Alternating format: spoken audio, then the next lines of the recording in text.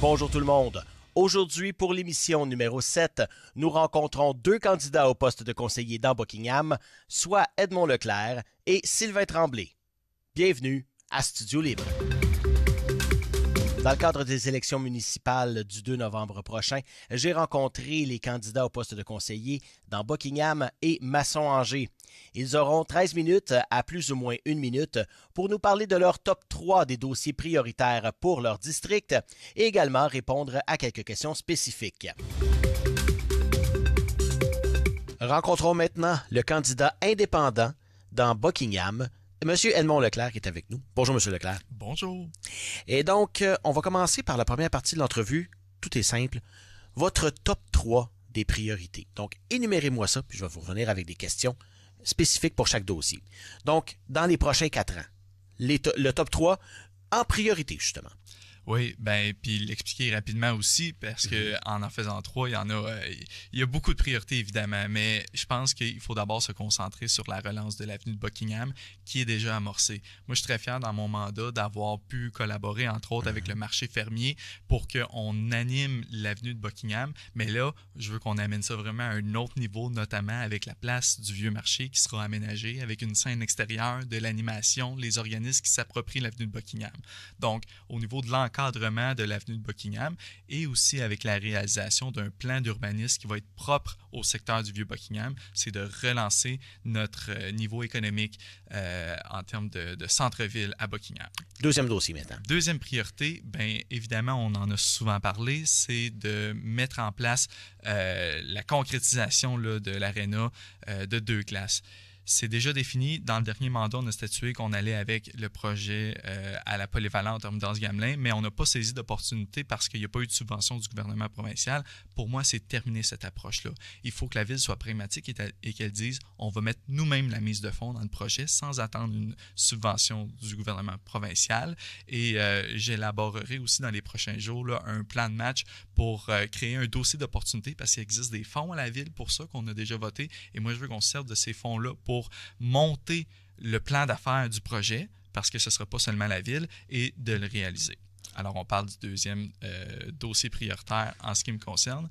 Et évidemment, par la suite, moi, ce qui m'intéresse beaucoup dans le prochain mandat, ça va être de consulter la population sur différents dossiers, dont un qui est assez criant présentement, qui est la descente au parc du Landing. Qu'est-ce qu'on fait avec ça? Si on veut refaire la descente de bateau au parc du Landing, ça va coûter beaucoup de dollars. Évidemment, c'est un choix de société, on peut le faire. Mais on peut aussi repenser ce secteur-là, l'aménager d'une autre façon. Mais pour moi, cette décision-là, elle est très sensible et elle doit revenir aux citoyens de Buckingham. Alors, mon intention, c'est de lancer une consultation publique sur l'avenir du parc du Landing afin qu'on décide ensemble avec la population de Buckingham qu'est-ce qu'on veut faire vraiment comme nouveau projet pour soit mettre fin à cette descente-là ou soit la réaménager et s'approprier à nouveau ce secteur-là. Et pour ce qui est de l'avenue de Buckingham, ça fait 6 ans et demi que je suis ici et ça fait 6 ans et demi qu'on en parle. Et puis j'ai l'impression que ça date de beaucoup plus avant, même après les fusions là, au début des années 2000. Qu'est-ce qui est si compliqué à la revitalisation de l'avenue de Buckingham? C'est vrai, moi j'ai toujours habité à Buckingham, puis depuis aussi longtemps que je me rappelle, on parle de la relancer. Puis les plus vieux de la vieille me disent souvent que c'est vraiment depuis que l'autoroute a été complétée, là, l'autoroute 50, et que justement les véhicules n'ont plus à passer par là, fait qu'il y a moins d'affluence. On veut que ce soit un cœur dynamique, un vrai centre-ville à Buckingham, un peu comme on peut voir ailleurs à Elmer, entre autres, on me prend souvent en exemple. Ça prend plus de restaurants, des terrasses ouvertes, des commerces qui accueillent les commerces, qui accueillent évidemment les gens qui veulent acheter, mais ça prend un noyau vivant, donc de l'animation, de la culture, et pour moi, c'est ça qui fait vivre le développement économique. On a eu la COVID, on a eu des fermetures dans un contexte économique difficile dans les dernières années, mais ça reprend. Et les efforts qu'on met, on voit tranquillement pas vite que ça commence à fonctionner parce que cet été, par exemple, il y avait le marché fermier qu'on supporte vraiment à la ville de Gatineau parce qu'on y croit énormément. On va même leur aménager une place publique qui s'en vient. Mais quand ils faisaient des spectacles, 100-150 personnes sur l'avenue de Buckingham qui apprécient un spectacle, après ça fait des terrasses qui sont pleines à l'acoustique, à outrance. Ça fait des gens qui se promènent sur l'avenue de Buckingham, qui achètent à la librairie Rosemary, qui vont chez Finet-Futé, qui se déplacent à pied pour passer d'un commerce à l'autre. Donc, ce sont le genre d'initiatives qu'il faut aller de l'avant, je pense, pour rendre notre centre-ville beaucoup plus dynamique. Et aussi, pour le rendre dynamique, on parle de 150 personnes qui s'en vont dans des différents spectacles et compagnie. L'accessibilité. On n'a qu'à regarder juste le pavé. On a parlé souvent du pavé de la rue Georges, mais là, la rue de Buckingham est rendue au même point ou à peu près. Qu'est-ce qu'on peut faire pour donner, de l'espace de stationnement pour que les gens puissent y accéder à ces commerces-là? C'est une des grosses doléances, d'ailleurs, des commerçants. Oui, bien, d'abord, le pavage, là, évidemment, la programmation est déjà faite depuis longtemps. À chaque année, on la met à jour, mais l'avenue de Buckingham, elle va être repavée complètement à l'été prochain. Donc, en 2026, on va avoir une belle surface neuve comme la rue Georges. Alors ça, c'est quelque chose de réglé. Les appels d'offres sont en cours.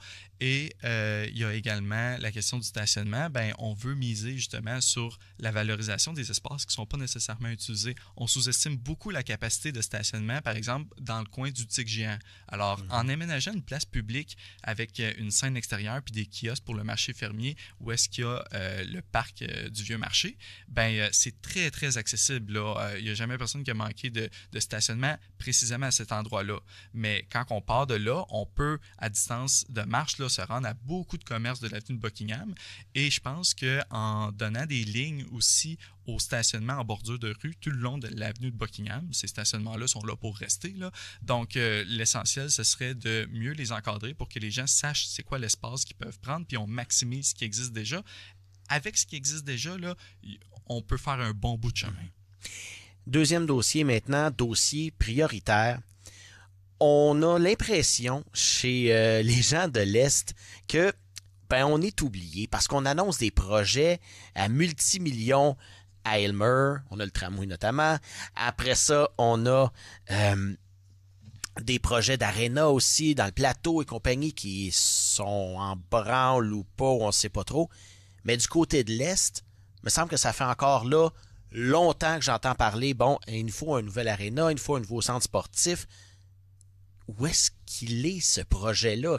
À quel point est-ce qu'on peut espérer dans les 4 prochaines années avoir au moins une levée de terre? Oui, je pense que définitivement, il faut monter le montage financier du projet dans la prochaine année. Et c'est la raison pour laquelle je parlais de dossier d'opportunité. Là, il y en a des fonds à la Ville de Gatineau pour établir un plan d'affaires, aller chercher des partenaires financiers. On sait qu'il y a déjà le centre de services scolaires, puis on sait qu'il y a Vision Municipale Ottawa qui ont démontré de l'intérêt. Mais la fameuse ligne où est-ce qu'on disait depuis des années là, qu'on attendait une subvention du gouvernement provincial, il faut arrêter ça. Comme ville, on a la responsabilité de financer des arénas. On a 2 arénas en fin de vie dans le secteur Est, une plus que l'autre. Là, à Buckingham, c'est vraiment urgent. Donc, il faut qu'on investisse nous-mêmes. Et pour faire le parallèle avec les autres secteurs, on a parlé beaucoup de projets, de méga projets sportifs avec des cas de glace dans le plateau, entre autres. Ça avance pas.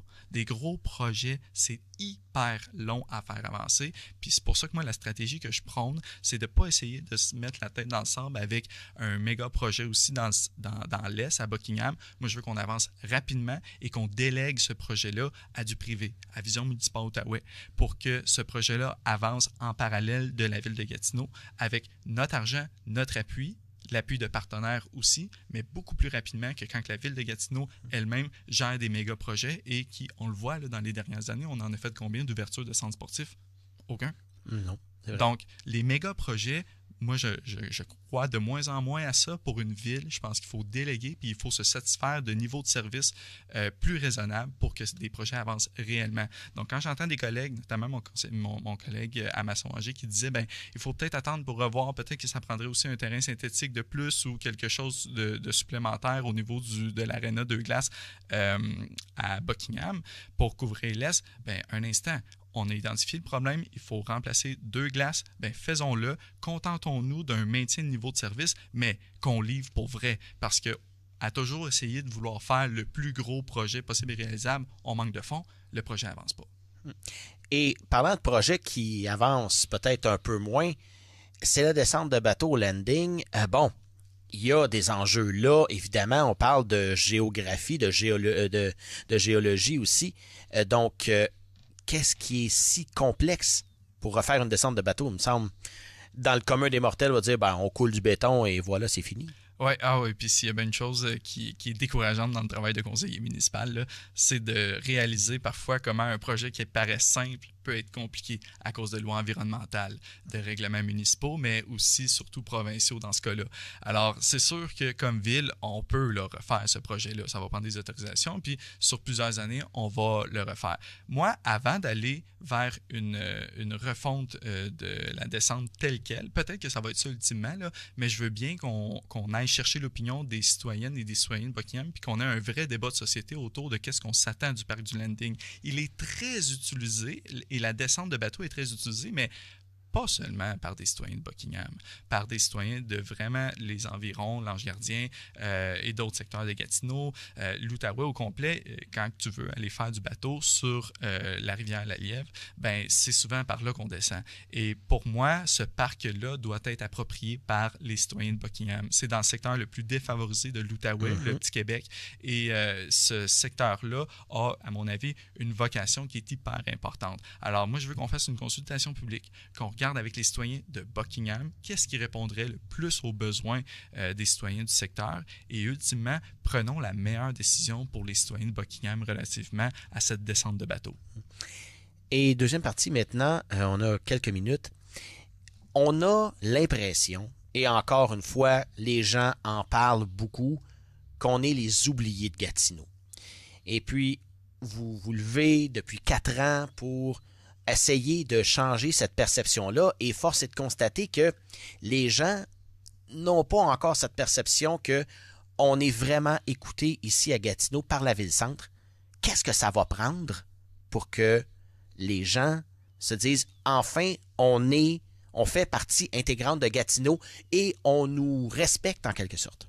Bien, écoutez, moi, c'est intéressant qu'on en parle parce que j'ai justement l'impression que ce sentiment-là va s'accroître dans les prochaines années avec l'arrivée d'un nouveau parti politique, celui de Mario Aubé, et cette dualité-là, Action Gatineau, Mario Aubé, qui ne servira pas les secteurs, je pense. Vous le savez, j'avais déjà projeté faire un parti politique avec mon collègue Delmer qui, justement, aurait eu comme objectif de donner plus de pouvoir au secteur, de créer des conseils d'arrondissement où est-ce qu'à Buckingham, on a notre propre conseil qui traite les enjeux locaux et on garde le conseil municipal de Gatineau seulement pour la gouvernance des finances de la ville, les services de police, les choses qu'on ne peut pas vraiment diviser entre secteurs, c'est des enveloppes communes. Moi, je pense que l'arrivée de nouveaux partis politiques à Gatineau, où est-ce qu'on va avoir des représentants de partis politiques dans chacun des secteurs, plutôt qu'avoir des représentants de secteurs au sein du conseil municipal, ça va pas nécessairement nous amener à davantage mettre en valeur les secteurs. Donc moi, oui, je vais continuer comme indépendant dans le prochain mandat. C'est mon intention d'être la voix de Buckingham et non pas la voix d'un parti politique pour Buckingham.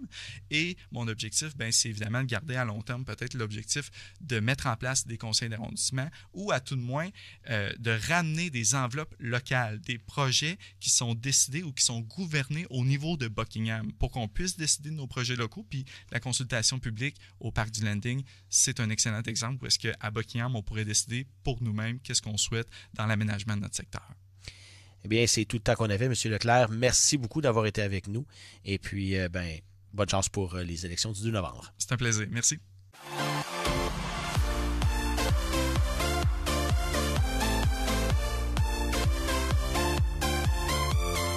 TVC Basse-Lièvre, la télé qui nous rassemble.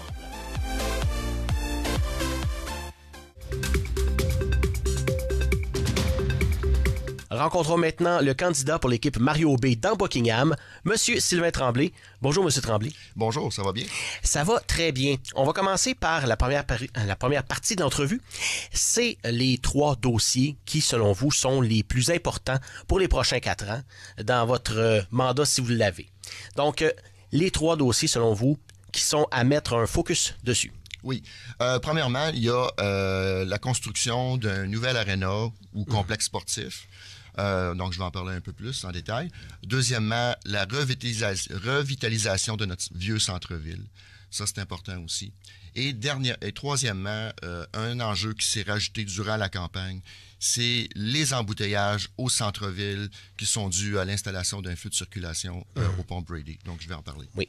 Donc, premier, l'aréna, c'est un sujet qui, selon moi, ça fait beaucoup de temps qu'on en entend parler. On a des plans ici et là, mais il n'y a pas rien de précis qui se fait. Les premières pelletées de terre sont toujours pas faites après des années de discussion. Qu'est-ce qui fait que ce projet-là est retenu? Bien, je pense qu'il a fallu qu'à la ville, on fasse certaines priorités. Il y a eu beaucoup de discussions sur un complexe sportif dans l'Ouest. Et puis, comme c'est toujours le cas, l'Est, on passe toujours en deuxième, sinon en dernier. Donc, c'est un peu ça aussi la situation. Moi, je trouve que ça a assez duré. Donc, certaines personnes parlent que ça nous prend un aréna 2 glaces. Donc, un aréna avec 2 glaces puis 4 murs. Moi, je pense que on doit être plus ambitieux que ça. On doit, tant qu'à construire une infrastructure sportive qui va être là pour 30, 40, 50 ans, pourquoi ne pas aussi racheter d'autres plateaux, faire un complexe sportif? On a l'opportunité incroyable d'avoir le centre de service scolaire au cœur de Vallée qui nous offre un terrain. Donc ça, c'est une opportunité à ne pas manquer. Donc profitons-en. C'est une question de financement aussi, bien sûr. On a essayé d'obtenir des subventions, ça n'a pas fonctionné. Maintenant, on arrive au point où on ne peut plus attendre. Donc, la Ville va devoir financer ce projet et je vais m'en assurer parce que l'aréna de Buckingham est complètement en fin de vie. On ne sait pas combien de temps ça va durer. On l'a vu aussi juste avec l'aréna de Tursault, qui a eu des problèmes et puis cet automne. Et puis là, ça cause beaucoup de difficultés pour les organismes de hockey et de patinage artistique et autres. Donc là, ça urge pour Buckingham, pour l'Est en fait, d'avoir un aréna avec 2 glaces. Mais moi, je propose qu'on rajoute aussi d'autres plateaux pour en faire un complexe sportif complet. Deuxième, c'est un autre sujet qui revient d'année en année en année. La revitalisation du centre-ville de Buckingham. Qu'est-ce qui est si complexe dans ce dossier-là pour que ça n'avance pas? C'est une excellente question, M. Caron. Je me pose la question moi-même parce que déjà en 2021, ça faisait partie des priorités du candidat qui a gagné l'élection. Puis moi, je trouve que ça n'a pas avancé. On se retrouve encore avec un vieux centre-ville qui est délaissé, qui a des commerces qui ont fermé. En plus de ça, on a la Caisse populaire puis la Banque nationale. On sait qu'ils vont déménager sur la rue Lépine. Un autre coup dur pour notre vieux centre-ville. Ça attirait beaucoup de gens dans le centre-ville, ça, la Caisse puis la Banque. Donc, il va falloir y repenser. C'est sûr qu'il y a eu la COVID, là. Il faut être honnête avec ça. Mais quand même, je trouve pas que la COVID est passée depuis un certain temps. Donc, moi, ce que je dis, c'est que, bon, dans les cartons de la ville, ils pensaient faire un plan particulier d'urbanisme pour Buckingham. Ils l'ont fait pour le vieux Elmer, pour le vieux Hall. Ça urge, ça nous prend ça. Encore une fois, Buckingham passe en dernier. Maintenant, moi, c'est sûr que je vais me battre pour ça, pour que ça arrive pour vrai. Un plan particulier d'urbanisme, il y a des consultations, c'est un processus. Hein. Il y a des consultations publiques, des consultations avec les intervenants, avec les entreprises, tout ça pour faire un plan d'action et puis aussi encadrer qu'est-ce qu'on peut faire dans le vieux centre-ville. Ce serait une opportunité incroyable. Donc, ça prend des gestes. Moi, je trouve qu'il n'y a pas eu grand-chose qui a été fait depuis 4 ans là-dessus ou depuis même avant. Donc, on laisse ça aller pas mal. Puis, les gens y tiennent. À Buckingham, les gens tiennent au centre-ville. C'est essentiel. C'est sûr que le gros commercial s'en va sur l'avenue Lépine, mais il y a quelque chose à faire avec notre vieux centre-ville. Les gens l'ont à cœur et c'est quelque chose que je veux vraiment m'occuper activement. Avoir une diversité commerciale aussi, les gens nous en parlent. On veut avoir d'autres genres de commerce, d'autres genres d'endroits où aller, ton petit restaurant avec terrasse, des choses comme ça. Il y en a quelques-uns, mais on en a besoin de plus, d'avoir une plus grande diversité commerciale dans Buckingham en général, mais aussi dans notre vieux centre-ville. On le voit ici d'ailleurs, quand on sort à peut-être 5 heures de l'après-midi, on le voit, la congestion est monstre, partout pareil, et ça cause vraiment des soucis à tout le monde. Qu'est-ce qu'on peut faire pour ça, justement? Parce que si j'en comprends bien, c'est une obligation. Oui. Donc, premièrement, oui, vos bureaux sont dans l'œil du cyclone, dans le centre-ville de Buckingham. Donc, vous êtes très à même de constater la problématique. Oui, c'est parce qu'il y a eu un rapport de coroner. En fait, c'était pas pour améliorer la circulation, pas du tout. Il y a eu un rapport d'un coroner parce qu'il y avait eu, il y a eu un accident où un enfant est décédé. Ça fait déjà quelques années de ça. Et puis, le rapport du coroner proposait d'installer une lumière. Bon, la lumière est installée, mais c'est ça que je déplore, c'est qu'on installe une lumière sans aucune mesure pour optimiser la circulation. On met ça là, on a notre checkmark pour le rapport du coroner, mais c'est pas comme ça qu'on doit faire les choses. On aurait dû, dès l'idée de mettre une lumière, de s'assurer que des mesures allaient être mises en place pour pas que ça congestionne au centre-ville. C'était pas dur à comprendre. Il y a un pont avec 2 lumières à chaque sortie du pont. C'est sûr que ça fonctionne pas. Moi, ce que je déplore le plus, c'est le manque d'urgence pour régler la situation en ce moment. Oui, bien sûr, il y a une question de frustration des citoyens. Je comprends, les gens sont frustrés d'être dans leur auto, prendre 50 minutes pour traverser le pont, tandis que normalement, ça t'en prend 5. Ça, je comprends ça, mais ça va beaucoup plus loin que ça, M. Caron. Il y a 2 autres enjeux très importants que ça amène. Il y a un enjeu au niveau de la sécurité publique. Les ambulances, les pompiers, les policiers. Des fois, c'est une question de minutes. Donc, les ambulanciers doivent se rendre sur le lieu d'un incident, un AVC ou une crise cardiaque. Ça peut être très rapide. Un accident même. Un accident. Donc, c'est une question de minutes de se rendre. Ça m'inquiète. Juste pour ça, pour la question de sécurité, ça devrait déjà être réglé. Ça devrait être une urgence. Mais il y a un autre enjeu. Je viens de vous parler du centre-ville puis de la revitalisation de notre centre-ville. Effectivement, l'accessibilité est nulle. Le jeudi soir, le vendredi soir, les commerces n'ont plus de clients. Donc, leur chiffre d'affaires baisse. Donc, on fragilise encore plus nos commerces au centre-ville. Ça aussi, c'est inacceptable. Puis, il y a même une question aussi de sécurité des citoyens qui circulent, parce qu'on a vu avec la station-service au coin de John F. Kennedy, le Arnois, où ce que les gens passent directement pour éviter l'embouteillage, passent dans le stationnement. Il y a des clients qui mettent de l'essence, il y a des pompes à essence. Qui marchent sur le stationnement. C'est hyper dangereux. Il y a plein d'enjeux que ça amène. Moi, ce que je déplore, c'est le manque d'urgence. Là, on nous dit qu'on va installer un feu clignotant au coin George et McLaren pour la fin novembre. On va faire des études avant, puis vers la fin novembre, on devrait avoir un feu clignotant. Ça devrait aider. Pourquoi la fin novembre? Ça aurait dû être fait en septembre. Je pense que si ça avait été ailleurs, si ça avait été à Hull ou Elmer, ça serait déjà réglé. Moi, je suis convaincu de ça. Mais parce que c'est Buckingham, c'est pas important.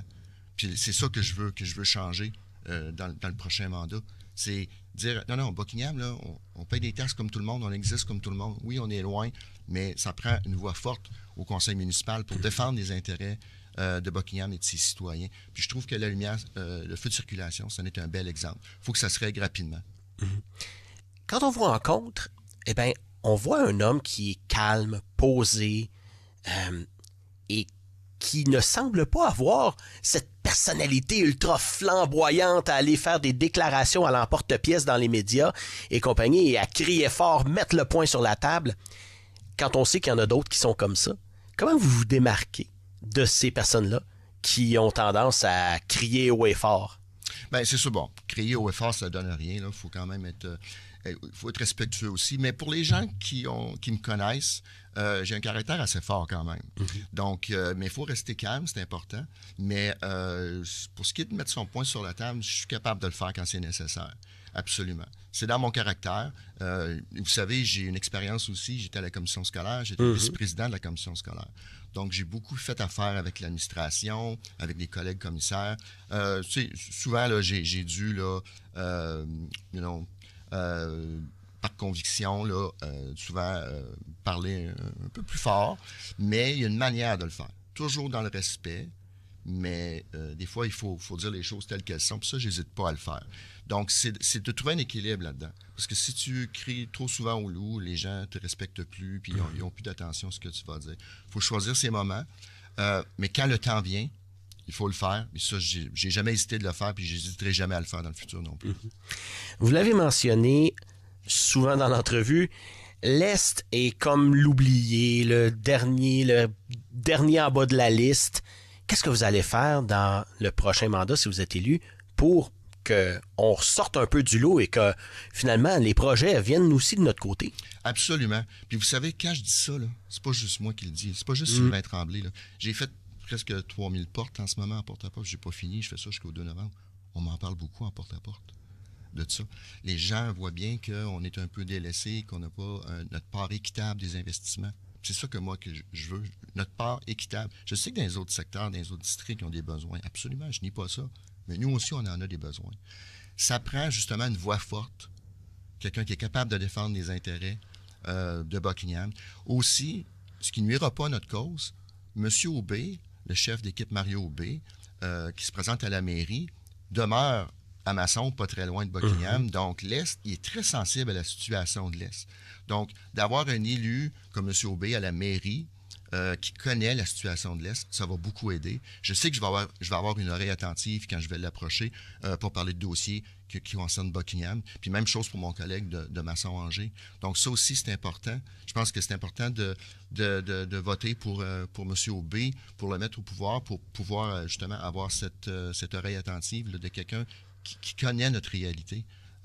Donc ça aussi, je pense que ça va aider. L'Est de la ville c'est très serré. Et souvent, les candidats d'ailleurs qui ont tenté de rentrer dans Buckingham ou dans Masson-Angers se sont fait un peu revirer de bord. Est-ce que ça vous fait peur, justement, vous qui vous êtes présenté dans Masson, de vous présenter dans Buckingham? Est-ce que l'Est est assez tissé serré? Oui, je pense que oui. On me pose souvent cette question-là, puis je le cache pas. Oui, je demeure à Masson, absolument. Mais vous savez, comme je le dis souvent aux gens, quand je suis à Masson, je veux m'acheter un tournevis, une bouteille de vin, quelque chose au Dollarama. C'est Buckingham. Moi, j'étais vice-président de la commission scolaire.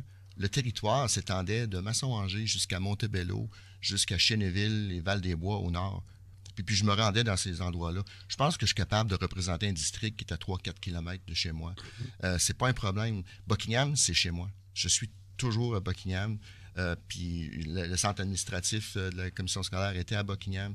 J'ai été sur le conseil d'établissement de l'école Hormidas-Gamelin parce que nos enfants à Masson, au secondaire, ils vont à Hormidas-Gamelin, à Buckingham. C'est depuis 29 ans que je demeure à Masson, puis depuis 29 ans, pour moi, c'est Masson-Buckingham. C'est la même chose. Puis quand je dis ça aux gens que je demeure à Masson, c'est pas un problème. Je sais que certaines personnes peuvent faire campagne là-dessus, là, mais moi, ce que j'entends au porte-à-porte, là, c'est pas du tout un problème. Les gens, dans le fond, ce qu'ils veulent, là, c'est quelqu'un qui va travailler pour eux, pour le district. Puis même s'il reste 2 ou 3 kilomètres en dehors du district, je pense pas que ce soit un problème. Merci beaucoup, M. Tremblay, d'avoir été avec nous. Et puis, on vous souhaite bonne chance pour le 2 novembre. Merci, M. Caron. Bonne journée. Merci beaucoup d'avoir été des nôtres pour cette édition numéro 7 de Studio Libre dédiée aux élections municipales du 2 novembre prochain. J'aimerais remercier mes invités d'aujourd'hui, tous deux candidats dans le district de Buckingham, soit l'indépendant Edmond Leclerc et de l'équipe Mario Aubé, Sylvain Tremblay. Je vous rappelle que nos émissions sont disponibles sur notre chaîne YouTube et nous avons également notre groupe de discussion Facebook TVC Basse-Lièvre officiel auquel vous pouvez vous abonner. Et moi, il ne me reste qu'à vous dire bonne journée et on se revoit pour un autre Studio Libre.